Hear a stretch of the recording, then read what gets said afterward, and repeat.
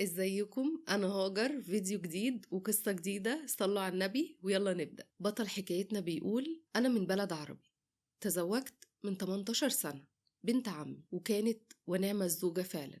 خلفت منها 4 أولاد، 3 ولاد وبنت، ربنا يجعلهم برين ويصلح حالهم. قبل فترة تعبت تعب جامد جدا، كشفت وعملت فحوصات، ومع الفحوصات دي طلع ان عندي عقم وما اقدرش اني انجب اطفال. وقتها أنا جن جنوني، إزاي عقيم ومعايا 4 أولاد؟ وبدأ الشيطان يلف بيا يمين وشمال، وقلت إني لازم أروح مركز طبي تاني عشان أتأكد، لأن حرام أظلم مراتي. وفعلا رحت أكتر من 3 مستشفيات، والكل كان نفس النتيجة. وساعتها فكرت وقررت إني أخد عيالي وأعمل لهم فحص DNA عشان مظلمش أمهم، وهي شرفي قبل ما تكون زوجتي، وعشان ما يكشفوش أمري. وأخدت من كل واحد منهم